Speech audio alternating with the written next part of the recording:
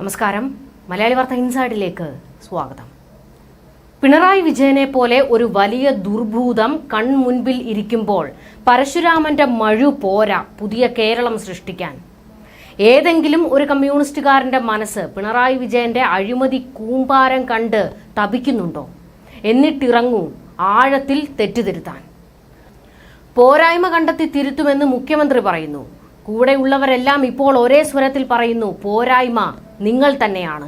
തിരുത്താൻ തയ്യാറെന്ന് പറയുമ്പോൾ രാജിവെക്കാൻ തയ്യാറാണോ തമ്പുരാൻ? എവിടുന്ന്? അത് നമ്മൾ ആരും സ്വപ്നം പോലും കാണരുത്. ഇതിലും നാറി നാണം കെട്ട് നിന്നിട്ടും രാജിവെച്ചിട്ടില്ല. പിന്നെയല്ലേ ഇനി ഇപ്പോൾ ആ പോരായ്മ ഗോവിന്ദനാണെന്ന് പറഞ്ഞ് വേണമെങ്കിൽ പാർട്ടി സെക്രട്ടറിയെ ആ കസേരയിൽ നിന്ന് അങ്ങ് തെറിപ്പിക്കും. അതെന്തോ ആകട്ടെ, സംഭവം അതല്ല. പിണറായിക്കെതിരെ മുറവിളി ശക്തമാകുകയാണ്. പാർട്ടിക്കുള്ളിൽ പട രൂക്ഷമാകുന്നു. പിണറായിസവും തൈക്കണ്ടിയിൽ മേൽക്കോയ്മയും ഇനി വെച്ചുപൊറുപ്പിക്കാൻ കഴിയില്ല. പാർട്ടിയിലെ ഒരു കൂട്ടം മുതിർന്ന നേതാക്കൾ കലാപക്കൊടി ഉയർത്തുന്നു. CPM-ൽ പിണറായിക്കെതിരെ എതിർ ശബ്ദം ശക്തമാകുന്നു. പിണറായി അല്ല, പാർട്ടിയാണ് വലുത്, അതിലേക്ക് തന്നെ എത്തണം. കണ്ണൂർ CPM-ൽ പിണറായിക്കെതിരെ പൊട്ടിത്തെറി. അതിന്റെ ആദ്യ വെടി പൊട്ടിച്ചത് MV ജയരാജൻ. കണ്ണൂരിലെ ഇടതു കേന്ദ്രങ്ങളിൽ BJPക്ക് വോട്ട് വർദ്ധിച്ചു. മുഖ്യമന്ത്രി പിണറായി വിജയന്റെ നാട്ടിൽ ഉൾപ്പെടെ BJPക്ക് വോട്ട് കൂടിയെന്ന് ജയരാജൻ പച്ചയ്ക്ക് പറഞ്ഞു.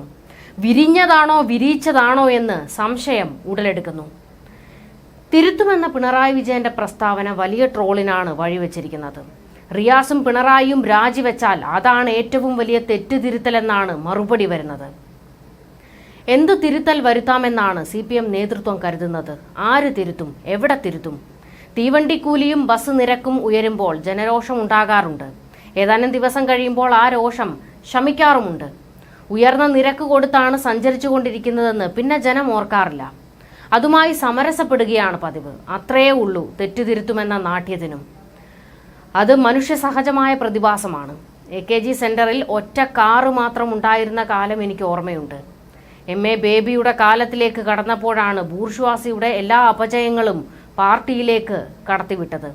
അതിനൊത്താശ ചെയ്തത് VS ആയിരുന്നു. അവസാനം ഭസ്മാസുരന് വരം കൊടുത്തതുപോലെയായി. ആരേത് പദവിയിൽ എത്തണമെന്നെല്ലാം തീരുമാനിക്കുന്നത് ബേബി ആയിരുന്നു.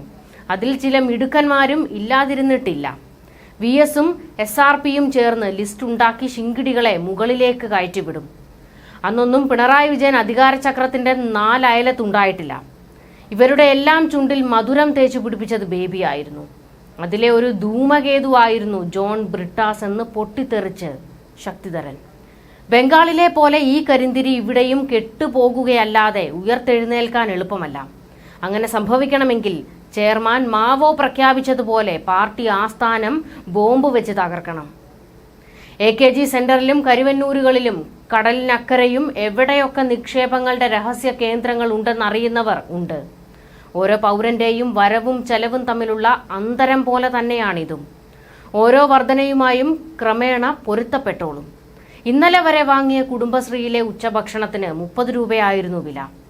ഇന്നലെ ചെല്ലുമ്പോൾ 35 രൂപയായി. ആ വർധനവ് കൊടുക്കാൻ മടിച്ച് ആയുർവേദ കോളേജ് ക്യാൻറ്റീനിലെ ഭക്ഷണം വാങ്ങാമെന്ന് കരുതി 1/2 കിലോമീറ്ററോളം നടന്ന് അവിടെ എത്തിയപ്പോൾ അവിടെയും വില കൂടിയിരിക്കുന്നു. ഞെട്ടിപ്പോയി. ആദ്യ സ്ഥലത്തെ 5 രൂപ വർധനവ് താങ്ങാവുന്നതല്ലല്ലോ എന്ന പിശുക്കുകൊണ്ടാണ് ഈ അബദ്ധം സംഭവിച്ചത്. 1 വർഷം മുൻപ് ചായക്ക് 7 രൂപ മാത്രമുള്ള ഒരു കട തമ്പാനൂരിൽ കണ്ടെത്തിയിരുന്നു. പൊടുന്നനെ ഒരു ദിവസം 10 രൂപയുടെ ബോർഡ് കണ്ടു. അതോടെ വൈകിട്ടത്തെ ദിവസേനയുള്ള ചായ കുടി പലപ്പോഴും നിർത്തി. ഇത് മനുഷ്യ പ്രകൃതമാണ്. മാറുന്ന സാഹചര്യവുമായി ഏറെ പേരും വേഗം സമരസപ്പെടും. ഇപ്പോഴത്തെ തെരഞ്ഞെടുപ്പ് വിധി തീക്കടലിൽപ്പെട്ട അനുഭവമാണ് കമ്മ്യൂണിസ്റ്റുകാർക്ക്. ഏതാനും മാസങ്ങൾ പിന്നിടുമ്പോൾ ഇതിന്റെ ഒന്നും രോഷത്തിന്റെ നിഴൽ പോലും ഉണ്ടാകില്ല.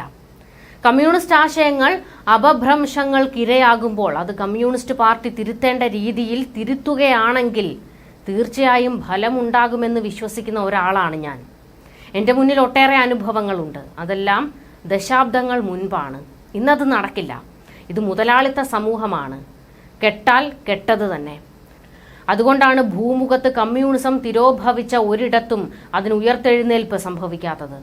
ചിലർ കരുതുന്നുണ്ടാകും ഒരു മന്ത്രി K രാധാകൃഷ്ണന്റെ സ്ഥാനത്ത് അതുപോലെ 1 ഡസൻ ഉണ്ടെങ്കിൽ പാർട്ടി ഉയർത്തെഴുന്നേൽക്കില്ലേ എന്ന്.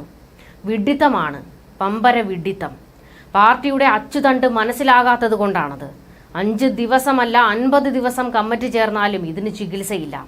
വിഷജീവികളെ പിഴുതെറിയാൻ കഴിയുമോ? അതേയുള്ളൂ പരിഹാരം. ഇവനൊക്കെ എന്ത് പാരമ്പര്യമാണ് പാർട്ടിയിലുള്ളത്? കോടികൾ രഹസ്യ സങ്കേതത്തിൽ ഒളിപ്പിച്ചു വെച്ചും അച്ചിമാർക്ക് ദശലക്ഷങ്ങൾ പ്രതിഫലം കിട്ടുന്ന ലാവണങ്ങൾ തരപ്പെടുത്തിയും വാഴുകയല്ലേ. പിണറായി വിജയനെ പോലെ ഒരു വലിയ ദുർഭൂതം കൺമുൻപിലിരിക്കുമ്പോൾ പരശുരാമന്റെ മഴു പോരാ പുതിയ കേരളം സൃഷ്ടിക്കാൻ. എന്തൊക്കെ സ്തുതിഗീതങ്ങളാണ് ഈ എംബോക്കികൾ മത്സരിച്ചുരുവിട്ടത്. കൈതോലപ്പായയിൽ കെട്ടി നോട്ടുകെട്ടുകൾ തലസ്ഥാനത്തെത്തിച്ചേക്കൂ എന്ന് ആജ്ഞാപിച്ച് വണ്ടി കയറുമ്പോൾ ഇതിന്റെ കണക്ക് പുസ്തകം ആരും എവിടെയും സൂക്ഷിക്കുന്നില്ലല്ലോ എന്ന തിരിച്ചറിവ് കൊണ്ടാണ് അതിനെതിരെ ഞാൻ ശബ്ദിച്ചത്. പിണറായി വിജയന്റെ മനസാക്ഷിയുടെ മുന്നിൽ ഞാൻ കുറ്റക്കാരനാവില്ല എന്നെനിക്കറിയാം. അന്ന് ആ കോടികൾ കൊണ്ടുപോകാൻ കാട്ടിയ വെപ്രാളം ഓർക്കുമ്പോൾ ഈ മഹാവിധി ഒരു കാവ്യനീതിയാണെന്ന് പറയേണ്ടി വരും. അന്ന് ആ പണം മുഴുവൻ കെട്ടുകളായി വാരിക്കൂട്ടിയ AKGയുടെ അനുജൻ ആയില്യത്ത് കുറ്റ്യേരി രാഘവൻ നമ്പ്യാരുടെ മൂത്ത മകൻ കെ വേണുഗോപാലിന്റെ സേവനം എങ്ങനെ മറക്കാനാകും? ഏതെങ്കിലും ഒരു കമ്മ്യൂണിസ്റ്റുകാരന്റെ മനസ്സ് പിണറായി വിജയന്റെ അഴിമതി കൂമ്പാരം കണ്ട് തപിക്കുന്നുണ്ടോ? എന്നിട്ടിറങ്ങൂ ആഴത്തിൽ തെറ്റുതിരുത്താൻ. സത്യത്തിൽ 5 ലക്ഷത്തിലേറെ പാർട്ടി അംഗങ്ങളിൽ മഹാഭൂരിപക്ഷവും ഇപ്പോഴും ആഗ്രഹിക്കുന്നത് എങ്ങനെയെങ്കിലും തട്ടിമുട്ടി അടുത്ത ഉപതെരഞ്ഞെടുപ്പിൽ സീറ്റ് നേടിയെടുത്താൽ മതി എന്നല്ലേ? അതോ പാർട്ടിയെ ശുദ്ധീകരിക്കണമെന്നാണോ? ഇതായിരുന്നു ശക്തിധരന്റെ കുറിപ്പ്. പിണറായി വിജയൻ ഉള്ളിടത്തോളം കാലം ഒരു തെറ്റുതിരുത്തലും ഇവിടെ നടക്കില്ല എന്ന് അടിവരയിട്ട് പറയുകയാണ് ശക്തിധരൻ. ന്യൂസ് ഡെസ്ക് മലയാളി വാർത്ത ഇൻസൈഡ്.